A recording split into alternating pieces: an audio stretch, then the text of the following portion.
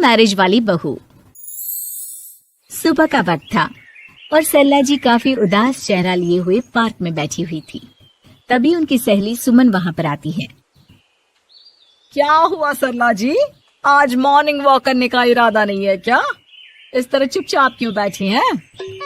आई तो थी ये सोचकर कि पार्क में जाकर थोड़ी देर पहले टहल लूंगी, लेकिन क्या करूं, मन ही नहीं कर रहा। अरे सब ठीक है, तो इतनी परेशान क्यों नजर आ रही हैं? नहीं नहीं, ऐसी तो कोई बात नहीं है, सब ठीक है।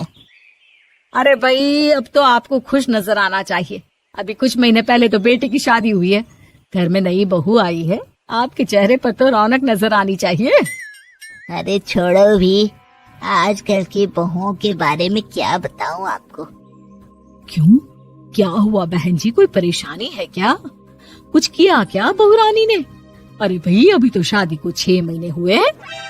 अब आपसे क्या छुपाना, आप तो जानती है मेरे बेटे ने लव मैरिज की है और मुझे ना इन लव मैरिज वाली बहुओं पर बिल्कुल भरोसा नहीं।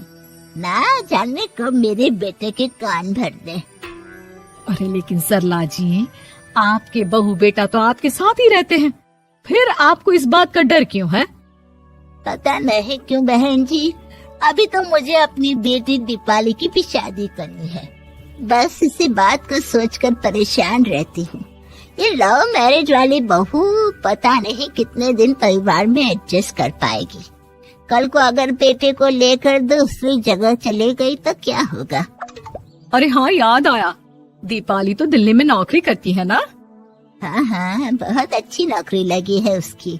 और आप किसी से कहना मत, अपने ऑफिस में साथ में काम करने वाला कोई लड़का उसे बहुत पसंद है, बता रही थी मुझे। लेकिन अभी तो आप कह रही थी कि आपको लव मैरिज और इन सब में भरोसा नहीं है। अरे तो क्या हुआ, जहाँ बेटी खुश रहे वहीं मैं खुश हूँ। और वैसे भी बेटी को तो दूसरे घर जाना है, वो लोग जाने और उनकी बहू जाने, मुझे तो बस अपनी बेटी का ब्याह करना है। अच्छा अच्छा, ठीक है ठीक है, जैसी आपकी मर्जी। लेकिन मुझे लगता है कि आप अपनी बहू के लिए कुछ ज्यादा ही सोच रही हैं। क्या पता वो वैसी ना हो जैसी आप समझ रही हो। सरला जी अपनी जगह से उठते हुए कहती है, अब ये तो भगवान जाने, बस मेरी बेटी दीपाली की शादी उसकी पसंद से हो जाए तो मैं गंगा नहा लूं। चलिए बहुत देर हो गई है, मैं भी अब घर जाती हूँ। अच्छा अच्छा ठीक है, मैं भी चलती हूँ। अगले दिन जब सरला जी अपने घर पर बैठकर चाय की चुस्कियां ले रही थी, तभी उनकी बहू वहाँ पर आती है। मम्मी जी, मैंने एक जगह नौकरी के लिए अप्लाई किया था और वहाँ से सब कुछ पॉजिटिव आया है। मैं भी नौकरी करना चाहती हूँ ताकि घर के खर्चों में थोड़ा हाथ बटा सकूं। अरे बहू, तुम्हें नौकरी करने की क्या जरूरत है? मेरा बेटा अच्छा खासा कमाता है, क्या तुम्हें किसी बात की कोई कमी है? तभी सरला जी का बेटा वहाँ पर आता है। नहीं माँ, उसे किसी बात की कमी नहीं है, लेकिन वो इतनी पढ़ी लिखी है और अगर नौकरी करना चाहती है तो हमें उसे नौकरी करने देना चाहिए। कुछ पैसे घर में आएंगे, हम सबकी मदद हो जाएगी। तुम तो ऐसे कह रहे हो बेटा जैसे ये घर तुम्हारी पत्नी की कमाई पर ही चलता है। अरे नहीं नहीं मम्मी जी, इनके कहने का ये मतलब नहीं है, बस मेरी ही नौकरी करने की इच्छा थी, इसलिए आपकी परमिशन चाहते हैं। अब भाई, मेरा बेटा तुम्हें लव मैरिज करके घर में लाया है, मैं तुम्हें कुछ कैसे कह सकती हूँ? जो मर्जी आए करो। सरला जी का बेटा और बहू वहाँ से चले जाते हैं। अब उनकी बहू नौकरी करना शुरू कर देती है। कुछ ही दिन बाद सरला जी की बेटी दिल्ली से अपने घर आती है और अपनी माँ से कहती है, माँ, मैंने आपको बताया था ना, मुझे अपने ऑफिस में साथ काम करने वाले एक लड़के से बहुत प्यार है, मैं उससे शादी करना चाहती हूँ माँ।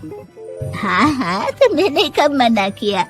अगर तुम उसे पसंद करती हो तो उसके घर वालों को कहो, हम आपस में बात करके तुम्हारी शादी तय कर देते हैं। अरे लेकिन माँ, एक बहुत बड़ी परेशानी है। क्या परेशानी है बेटा? माँ, वो लड़का बहुत अच्छा है, लेकिन कुछ ज्यादा ही पैसे वाले घर से उसके माँ बाप। उन्हें मेरे और उसके रिश्ते से वैसे तो कोई परेशानी नहीं है, लेकिन वे चाहते हैं कि शादी 5 स्टार होटल में हो।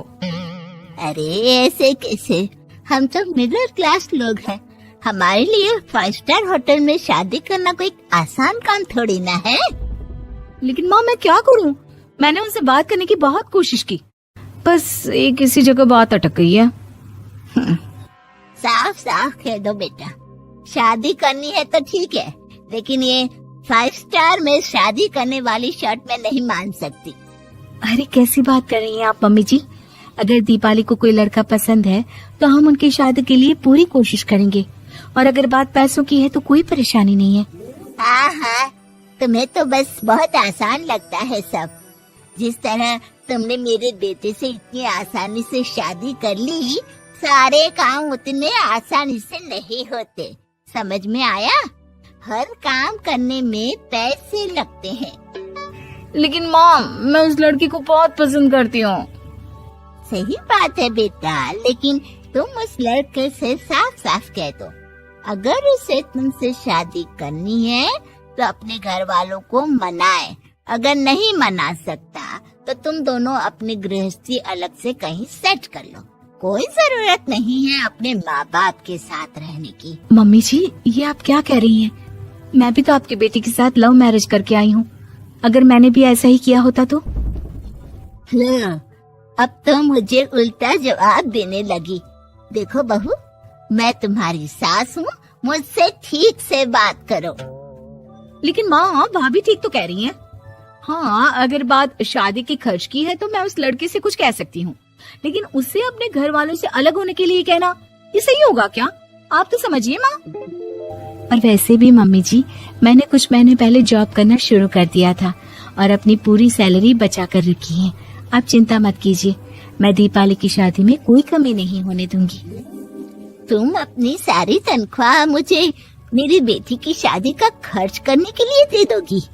हाँ माँ, मैंने भाभी को पहले ही सब कुछ बता दिया था और वो इस बारे में सब कुछ जानती थी, इसीलिए उन्होंने पहले ही नौकरी करनी शुरू कर दी ताकि मेरी शादी धूमधाम से हो सके।